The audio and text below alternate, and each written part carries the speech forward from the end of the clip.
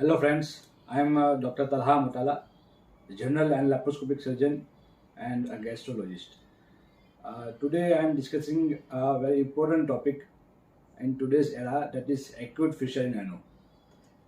Acute fissure in ano होता क्या है कि इसके अंदर जो लेट्रिन की जो बाहर निकलने की जगह के पास एक घाव हो जाता है, तो उसकी वजह से बहुत सारा दर्द और खून की निकलने की शिकायत होती है।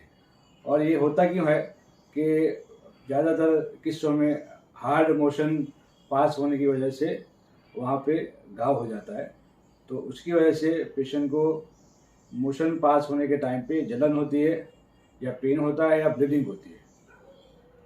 अभी ये हार्ड जो मोशन पास होने का जो कारण है, तो मेनली उसमें है कि आज जो लाइफस्टाइल चेंजेस जो हो गए हैं, जैसे कि आउटसाइड फूड है, स्पाइसी फूड है, या फिर एक्सरसाइज का कम हो जाना,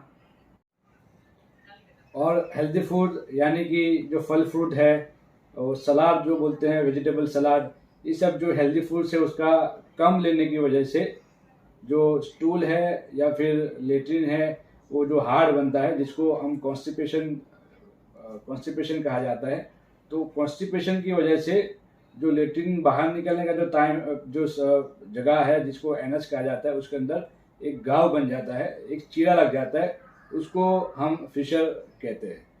तो ये फिशर है, दो टाइप के होते हैं, जैसे कि एक्यूट, एक है एक्यूट फिशर, जैसे कि रिसेंटली मोशन हार्ड पास होने की वजह से घाव लग गया है, तो उसको एक्यूट बोलते हैं। और दूसरा है क्रॉनिक फिशर, जिसके अंदर ये प्रोसेस बार बार होने की वजह से वो फिशर जो है, जो घाव है, वो लंबे समय लॉन्ग टर्म हो जाता है, जिसको क्रॉनिक फिशर कहा जाता है। अभी एक्यूट जो फिशर है, उसकी जो ट्रीटमेंट है 90% 95% केसेस के अंदर ये दवाई से, जैसे कि एंटीबायोटिक्स है, पेन किलर है, एंटासिड्स है, और जो स्टूल को या फिर मोशन को सॉफ्ट करने की जो दवाई है वगैरह से, और जो क्रीम लगाने की जो आती है फिशर की जगह के ऊपर, वो क्रीम से ये 95% केसेस के अंदर ये सॉल्व हो जाता है। लेकिन ये सॉल्व हो जाने के बाद अगर कॉन्स्टिपेशन का इलाज नहीं होता है, कॉन्स्टिपेशन के इलाज के अंदर है लाइफस्टाइल चेंजेस करना और थोड़ा हेल्दी फूड ज़्यादा लेना, एक्सरसाइज को थोड़ा करना, ये सब चीज़ से कॉन्स्टिपेशन इम्प्रूव होता है।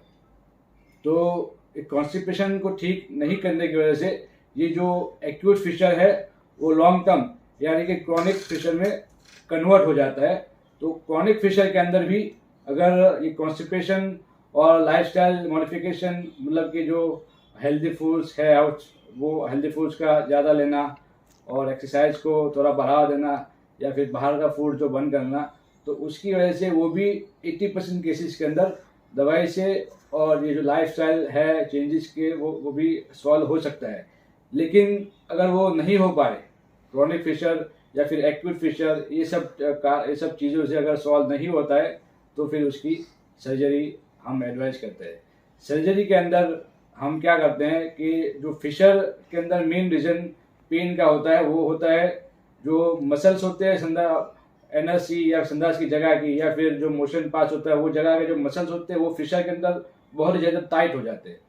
तो टाइट होने की वजह से मेनली पेन और जो जलन और ब्लीडिंग ये सब रहता है।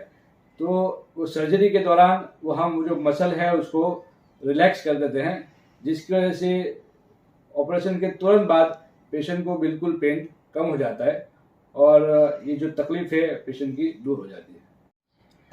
Thank you for watching the video.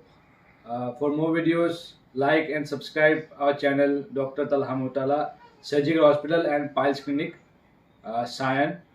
Thanks for watching.